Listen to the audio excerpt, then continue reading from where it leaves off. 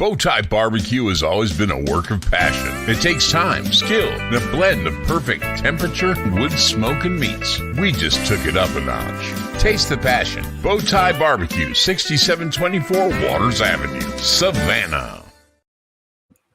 This is the Danny Britt Show live from BowTie Barbecue here in the heart of Savannah. Christian Gokel alongside the head football coach of your Benedictine Cadets, Danny Britt. And Coach, it's been a while since the varsity football team for Benedictine got to take the field. But this Friday night at Memorial Stadium, welcome in Westminster, a really talented football team. And we're going to get into the preview of all that. But I wanted to ask you, the way this season's gone, you start up in Statesboro with a tough loss there to Raymond Gap. Then we hit the road and we go to Buford, just play a heck of a game in the second week. And then you kind of get rolling a little bit. You come home finally and you beat a really good Burke County team. And then we just have to clamp on the brakes for 2 weeks. How tough has it been for you just kind of seeing that momentum have to be put on pause before you got to get back out on the field? Yeah, it's not great. Honestly, like we said last week, the first week was very much needed. We had just put so much pressure, been working so hard that first week was a needed break. For the first time ever, gave them 4 days off where the school was out. We'd kind of planned that with Mr. Horn, and it was very much needed. Last week was not, it was Right. a little tougher to get. And for us as coaches, for the kids, I mean, I could tell it.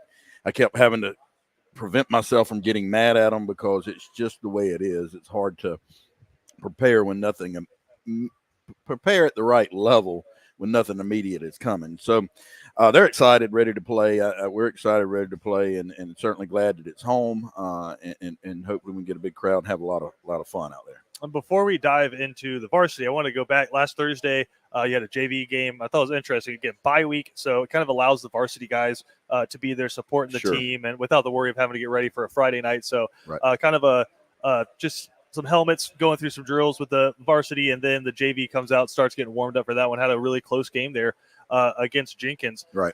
Bring it up, Coach, because I've watched this past seasons. I've watched all 3 games so far this season.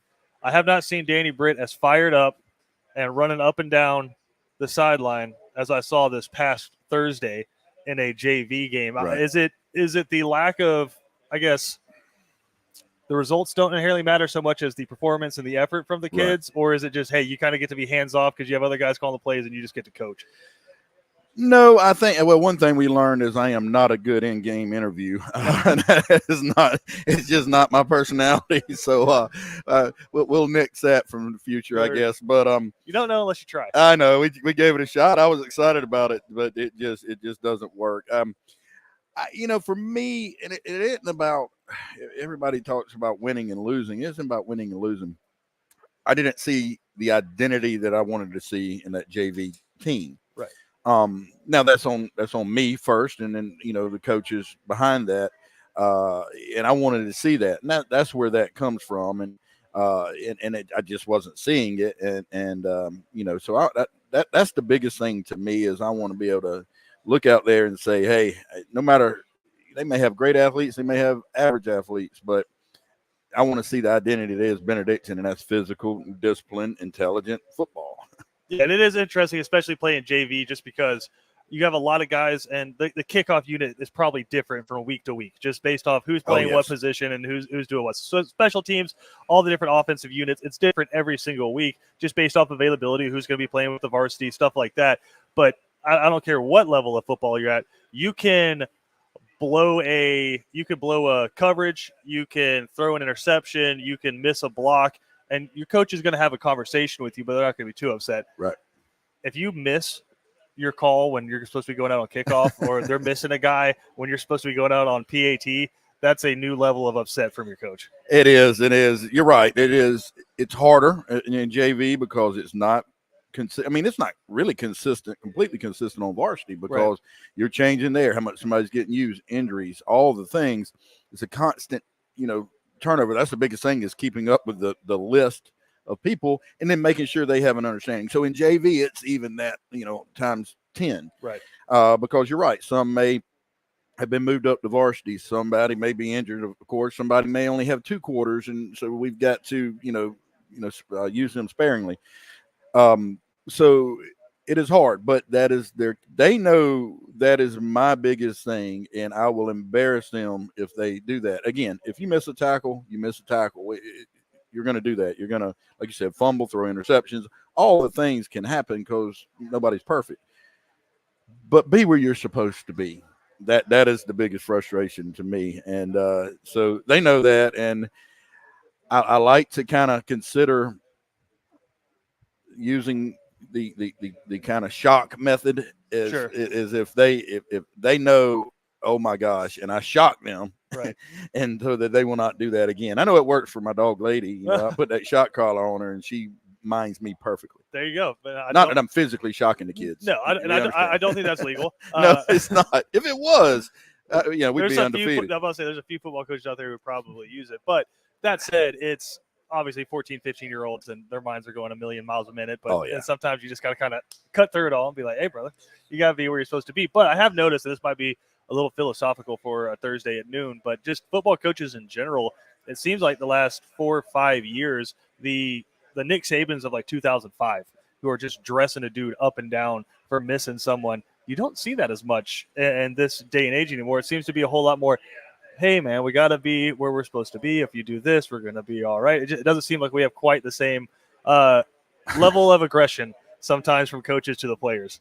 Well, have you been out in the world lately? Yeah. I mean, that is our society, which I disagree with. I think we could go back to that. I was raised the way I coach, and my parents are great. My father's passed, but he was great and incredible raising, I feel like. But yeah, they would get on my behind. They would shock me. They would yell at me. My dad spanked me until I was, in his terms, a man, and then it went down like to 32, 33? 16. And but I didn't need it anymore. Yeah. And then that's, I believe we do, and at Benedictine we do that, and I think we're one of the few places still raising men. Yeah. Because we can kind of be hard on them and dress them down and do those sort of things that you're not seeing as much as, you're right, in the world as you used to, certainly even in college football, even in big-time college football. Yeah, you haven't seen the NFL for a long time, usually because the players are making more money than the coaches. But that said, in college, I mean, I think Georgia, for an example, old Stetson Bennett used to get it. Right. Like he used to get berated pretty much every game. Now you see with the Carson Beck, it seems like it's a little bit more, hey, we're going to have a conversation about how we could potentially do this better. Can it be a case-by-case basis where you're just kind of figuring out what a kid responds to? Yeah, because Kirby will. I mean, he'll definitely choose somebody, coaches or kids. I've seen it. Heck, he chewed. We were at the clinic up at Georgia 2 years ago, and long story short, a bunch of coaches surrounded the field. They'd given us bags, for the I guess we bought them technically to be at the clinic. But somebody had left it sitting, and he chewed a whole group of coaches out. The high school coaches that were just there. I was just praying it wasn't one of ours. But it is a case-by-case basis, I think. There's kids. Here's what I've been told: I'm an equal opportunity butt chewer. Yeah. Which I feel like I am, and sometimes it just happens, and everybody knows they can get it. I do think it's different with a quarterback. I try to stay away from them and not chew them, and let them, if I need to say something to them, I try to do it, in my office or something like that. I think that because that's such a mental position. And there's kids that respond and there's kids won't respond. I mean, I've had kids tell me like, oh, Coach, I love it, man. Yeah. Do that again. I'm like, my gosh, this is exhausting. But and then some kids who just do not respond to it and they shut down. So you have to learn that and realize that the potential there is, but sometimes it's just going to happen. It is what it is. Again, it's kind of setting that standard, and we're just going back to the special teams thing and making sure you're on the right unit. You got to do those things right before you're playing against Cedartown again, a state championship, right? You have to do the small things right before you can make a goal line stand to win a state championship. That is a fact. The small things are so very, and that's anything, right? You're running a business, you have your job, you're coaching a football team.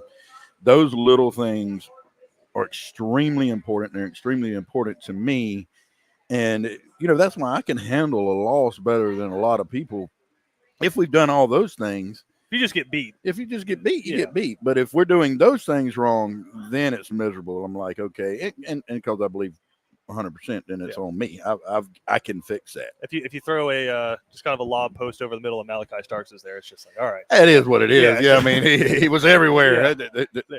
You know, I think he's still there sometimes. You know, just spooky. I know, right? He's just he's the ghost in Memorial Stadium. Yeah. But again, just going back that JV game, I know it's passion and it's fun to see the coaches out there. So guys get to call plays who don't get to call plays on Friday and execute there. But just a chance, and I thought it was cool. It was rainy and crappy, the weather, but the stand's still full of parents out there watching. And it's the next generation of cadets, and that's kind of where the standard gets set. It is, and everybody's excited to see that. I think it would have been even more people if it wasn't raining so bad, because we get to play very few JV games. It's just not to be whatever nobody around here very much wants to play us, certainly in JV. Some teams will play our 9th grade team with their JV, and that's what we're doing next week. But so they don't get many opportunities, and so we want to make it most of it every time we can, and try to get. I'm going to try to get them 4 or 5 games in every year. And moving over to the varsity side, this week, much more business as usual. I'm sure the schedule from Monday till now has been what you typically have on a game week. With that in mind, we talked about it. It seems like when you kind of let the guard down, some of those soft injuries start happening, and it feels like we've had a few of those mounting up. Can you kind of update us on where everybody's at? Yeah, it's frustrating because we thought, okay, you don't like having 2 weeks off, but we should be able to get healthy, and we somewhat have. Of course, Carlton All's out for the year, and he had his first surgery. He's going to have another one, and he's recovering. He's got a great attitude and big smile on his face, but just hate it for him. But you're going to work him hard and get him back. Dr. Settery was excited about. Felt like things went well with the first surgery. Isaac Scott will be back. He had a good week last week. We were concerned about getting him back, and it's just he's done really well, so he'll be back, and that's good. Paul Thompson had gone down, and which was very frustrating. Kind of in just a freak thing. It was contact, but it was just a basic drill, staying high, thudding, and but he's back and looks really good. Is mobile and fit, and I think he'll be good to go. So we had this week we did have John Lilly go down on Tuesday, and with a concussion. I think it's very, very light concussion, but of course we're playing it safe as you do and take it seriously. And of course, trainer was right there and handled it perfectly well. And and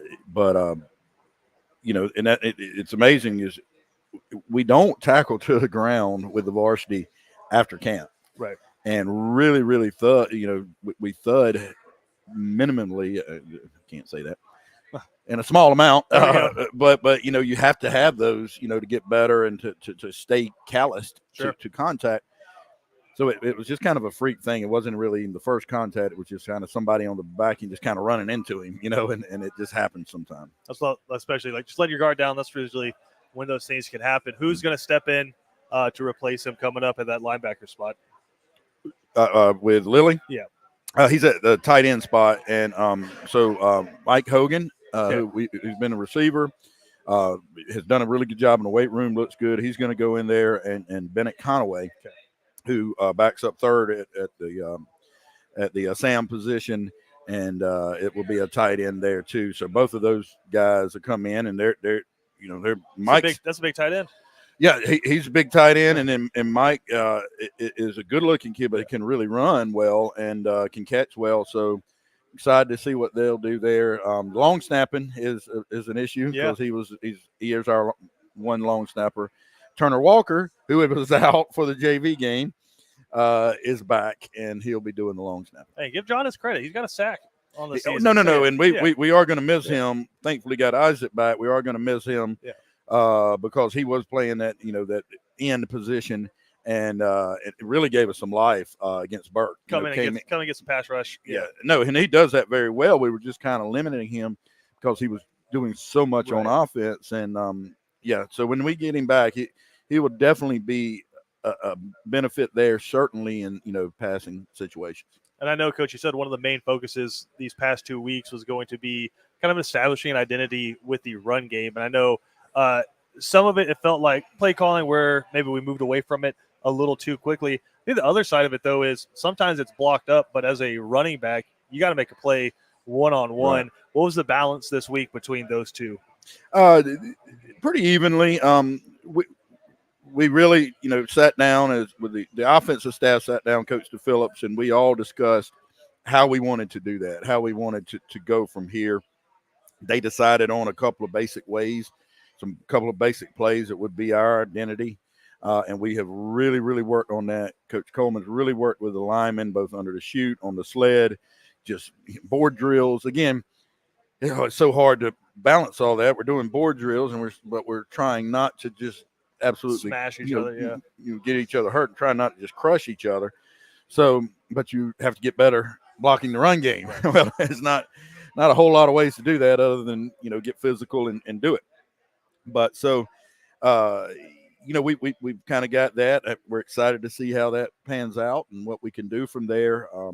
And be able to call those plays and then we want to have a 50-50 run pass balance. Sure. That is exact. And my gosh, Coach Phillips has done that the past 3 years. Is really, every time at the end of the year, it's literally 50-50 or 49-51. Right. It's hitting right there dead center. And in terms of the running backs making plays, the best an offensive coordinator can do, because when you hand the ball to somebody, it's 10 on 11. Is put you in a one-on-one situation. So as a running back, yeah, you can pick up 4 or 5 yards at a time a lot of times before you get that one person. But eventually, what separates the great from the good running backs is they can make that one or two people miss in space and make a big play. Well, and I'm sorry I heard that question and didn't answer it earlier. Okay, that's why I brought that. Yeah, I know, gotcha. Stan Smart is something. I think his ceiling is incredibly high, and I'm excited to see that. Again, he's still a young kid. He's a sophomore. And what I told him, I said, I want to see you one cut, accelerate with that 10.6 speed to 190-pound frame and just party in the end zone. Yeah. Because he keeps wanting to cut too much. Again, yes, there's somebody you're going to have to beat. Right. But a lot of times with his size and speed, he can beat them by just either running through them or running through the arm tackle that they're going to try to bring. And if he'll do that, and I think he will. It's just we've got to get him rolling. There wasn't a whole lot of space to roll against Burke. Sure. Now, I think also we had played some monsters for the first 3 games, really. And Burke was really, really smaller and quick. And it kind of it shocked us a little bit, I think. So I'm not making excuses. I'm just stating facts. And so I think that's a part of it, too. And we've got to be able to, handle all of the above. I think like with a quarterback who you feel like is kind of rushing his decisions or making the wrong decisions, I think he'd be the same with running backs. He'd be the same with anything on the field, but the more reps he gets, the more it's probably going to slow down for him and kind of open up. I think it will. I think here's one. I think he does that once and he'll feel it. And I go all the way back to the late 1980s when young Danny Britt was a running back. And I remember my senior year, speed. Speed, baby. Speed to burn. But my high school coach, who I still love to this day, he came to me and he said, you're trying to make every run a 60-yard touchdown. Go get 4 yards. And that's what I told Stan. I said, forget it. You go get 4 yards, and then all of a sudden, if you're going to do that, you're going to run better to be a great 4-yard run. One, that's what we need. Sure. That's the math, right? Yep. And then, but you go do that, and all of a sudden you're going to find out it turns into a 20-yard run, a 50 or 60-yard touchdown run, just because you're putting that foot in the ground, accelerating, and good things will happen. I think with that, obviously, going back to the offensive line, you talked about just making sure you're keeping your feet moving and blocking. It's just there's a lot of little things that go into making an offense and a defense very successful. With that in mind, outside of the run game, what are some other things you guys kind of identified these past couple of weeks and really tried to hammer? I think we had to the overall scheme, offensively, the overall scheme, again, deciding exactly what we wanted to do and how we wanted to identify, and that's every year. Yeah, I mean, every year we go in and, I mean, it's the same quote playbook, but what are we going to, there's different players every year. Different players every year, and what's going to be our primary recipe. Sure. And so we have to do that, and then and then again in the overall scheme, in the passing scheme, we would have, there's a progression read. Steven's very good at that at a very young age, and we have to make sure everybody is on point with that. You can't, if you have the number 3 progression, if he's back there and is supposed to be running a 10-yard dig and he sits on a snag, then we've got a problem. Right. So just working on those basic things like that. And people, it's so hard sometimes with parents these days because they're like, well, I don't understand why Johnny's not playing. He's got the size, he can run really well, and I'll say it's cognitive. And from back in the day when I was playing and, these fathers were playing, I mean, that was very rare, except for maybe the quarterback position. Everybody else, defensively, it was see ball, get ball. It's not that way anymore. Right. I mean, there is so much going on, and you have to know if this person does this, then you do this. You're saying you guys weren't running combo coverages back in the 70s and 80s? Listen, I didn't. We ran cover 3, nothing else Just until palms all the time. No, just Straight cover 3. Straight, love it. Straight cover 3 until my senior year, and a new coach came in. Frank Killingsworth still coaches to this day, and he came in, and we went to cover 2, just a hard 2, where corners in the flat, safeties, deep halves over the top. And we called it Mustang. I'll never forget. And then would mix in a little bit of cover 1, and so but until then, I've never even seen anything but basic, youth league cover 3. And now this day and age, you got something different for every team. You got combination coverage. Yeah. You start off in this one coverage, and there's 4 different checks in that coverage, and it changes about, and then some of it's within them. They have to call, hey, you decide whether you bracket this, whether you lock man, and all the things. Switching, you're switching. So it is very, very different. And with that in mind, just going back to the cognitive stuff, is you can run a 4-4, but if you don't know where you're supposed to be in the secondary, you're going to end up looking real dumb, real fast. Then if you're running 4-4, then what we're going to do offensively is just try to get you the ball. 9 route. Yeah. I mean, just find a way to get the ball in your hands and may have to pull you out. And we've had cats like that before where we're like, okay, you put him in, you're either running away or you're giving him the ball because he doesn't know who to block or to go into motion or anything. There's some players like that where you see him coming, you're like, he's getting the ball. But that said, we'll finally get a chance to put some more film out there against Westminster coming up this Friday night, 7:30 at Memorial Stadium. We're going to take a quick break. We'll come back and talk about it all next right here on the Danny Britt Show. When it comes to blocking all the obstacles that life throws your way, let Vernon Williams and Auto Owners Insurance help you dodge the hits, analyze the playing field, and run the ball all the way home. We shield you so you can have peace of mind when it comes to auto, home, life, or business insurance. As one of the oldest and most respected independent insurance agencies in the Southeast, we know what it means to stand behind the people we protect head on. Trust in the power of the shield since 1934. For more information, go to thepoweroftheshield.com. At Benedictine Alumni-owned Stacked Firewood Delivery, we're all about the best premium firewood, conveniently delivered in manageable stacks at the right price. We're talking kiln-dried, pest-free firewood. You see, our custom stack is equal to about 10 fires. Choose oak, cherry, hickory, or mixed hardwoods. Stacked Firewood Delivery. Go to stackedwood.com. That's stackedwood.com. BC Brothers Moving is Savannah's most trusted moving service. From residential to commercial to packing supplies, BC Brothers does it all. Let BC Brothers' energetic, trustworthy team wrap it, pack it, and move it for you. Check out BC Brothers online at bcbrothersmoving.com or give them a like on Facebook. Ace Hardware is celebrating 100 years of helpful, and Island's Ace Hardware is Savannah's own. 318 Johnny Mercer Boulevard in Wilmington Island. They're our hometown, locally owned Ace Hardware. From A to Z, they've got it all to help you get things done. Island's Ace Hardware is a proud BC sponsor. Ace is the place with the helpful hardware, folks. Welcome back into the Danny Britt Show, live from BowTie Barbecue as we prepare for the 4th game of the season coming up this Friday night, 7:30 against Westminster, Coach. And our good friends over at Abel Iron and More always get us ready. Yes, sir. Abel's Iron More and Associates, a local firm with nationwide reach, managing over $230 million across 25 states and 3 foreign countries. Contact them to see if their approach is a fit for you. 912-777-4128. And, Coach, again, taking on a Westminster team that is 3-2 on the season. They've lost a couple of very close games, a couple of one-score games, and the rest of them they've won by double digits there. So really talented team and well-coached team coming down to Savannah. They are. Coach does a great job. Coach Romberg does a great job with them and his staff, and so they're going to be extremely well coached. A lot to prepare for. It was exhausting just drawing cards this week and the different packages they have and that sort of thing. So we know it's going to be a battle where I think the boys are going to be extremely excited. We should be extremely excited to get on the field and play again after, 3 weeks basically without a game.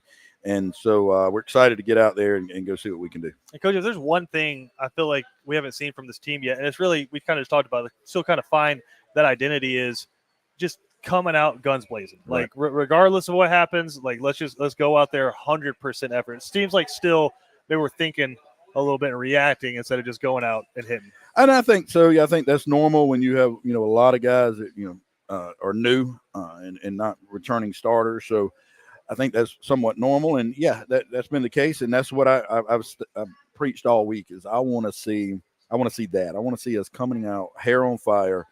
I want to, and I mentioned specific guy. I want to see Third Scroggins, playing so physical that, people start writing letters to us.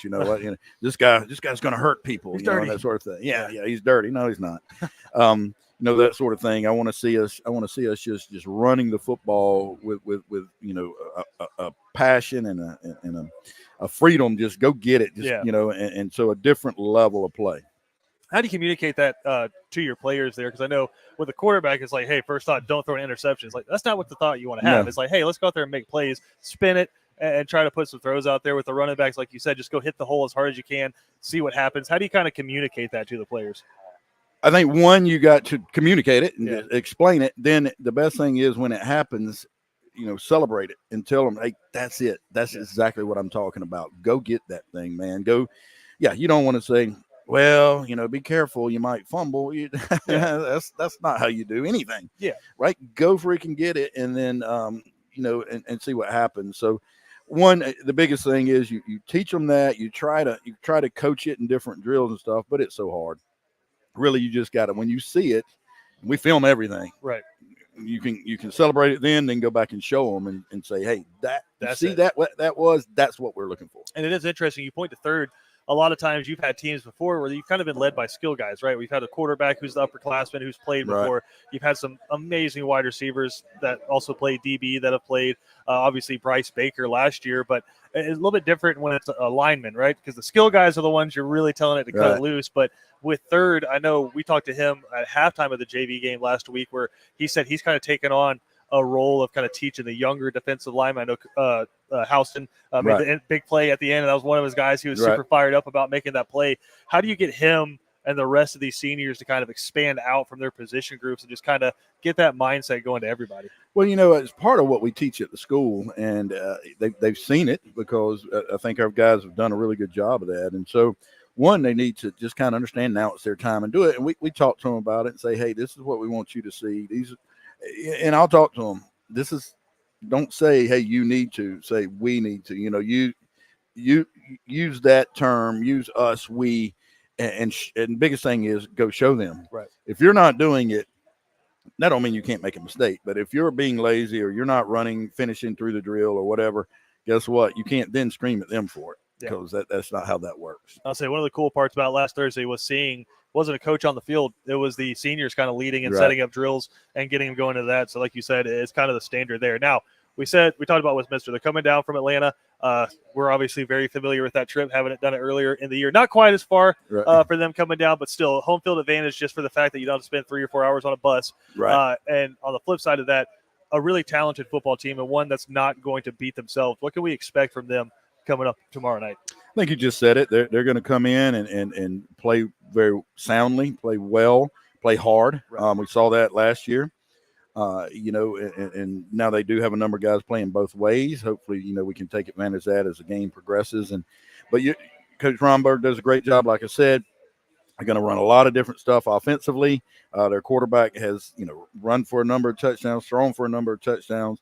So, you're going to see a number of different things, and we're just going to have to physically go play better than them.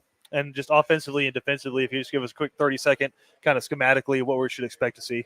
Offensively, primarily, they're going to run, it's like a spread zone type look. A lot of either zone or then some gap or blocking.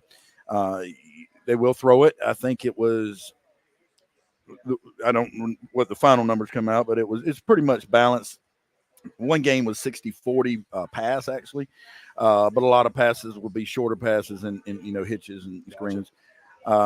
Defensively, they run combinations up front. Some basic 3-man look, and then we'll go to some 4 and some 5 in basic zone in the secondary for the most part, and they'll as we talked earlier, they'll mix that up a little bit too. And Coach, I wanted to ask you about this. I think the first game of the season, it really bit us, and then we got better against Buford, but it still, at the end, got us. And then really, I think, corrected against Burke is converting on third down and forcing 3-and-outs. Right. It seems really simple, and it seems kind of silly to talk about, but, man, it makes a big difference in a game if you can keep their offense off the field and keep your defense on the sideline.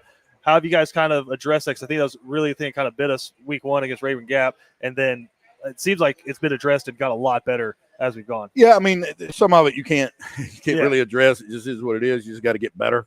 But yeah, I mean, we talk about that and say, hey, when we get them in a third and long situation, we've got to get off the field.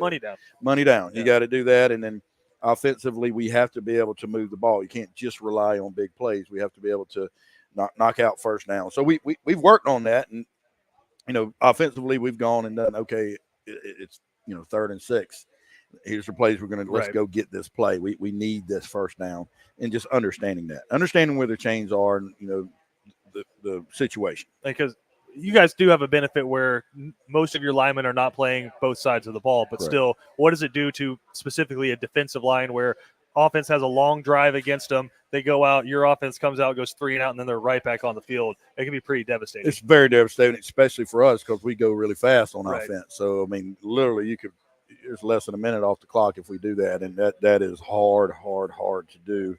So, we're trying to avoid that as much as possible. And, Coach, just wrapping up here, again, Westminster coming up, and then you have Ware County, at Warner Robins, home against New Hampstead, at Wayne County, then you finish up the season home against Perry. So about to dive into a 5-week stretch of region games that's going to determine whether or not, A, you go to the playoffs, and B, where you end up going in the playoffs. With that in mind, I'm looking at the schedule. 3 out of the next 5 games after Westminster on the road against really talented football teams. We talked about establishing a running game, and there's nothing that travels like being able to run the football. Correct. And how important is it against Westminster to really start to see that team taking the next step? It's huge. We got to see. We spent a lot of time talking about it, working on it, scheming for it. So we have to be able to run the ball tomorrow night and to feel good about going into this very tough region that we have. And we talk about your job as being the coach for the coaches. Because on Friday nights, they're handling their units. Right. Is that something where if it's 1st and 10, you run the ball into the line, it gets stopped at 2nd and 9, where you say, let's do it again? I try not to. I try not to get in. And Coach Phillips is really, really good at what he does. He's extremely good at what he does. So I try my very best not to. I try to just manage the things. In other words, are we going to punt? Are we going to kick? Are we going is this a 4-down situation?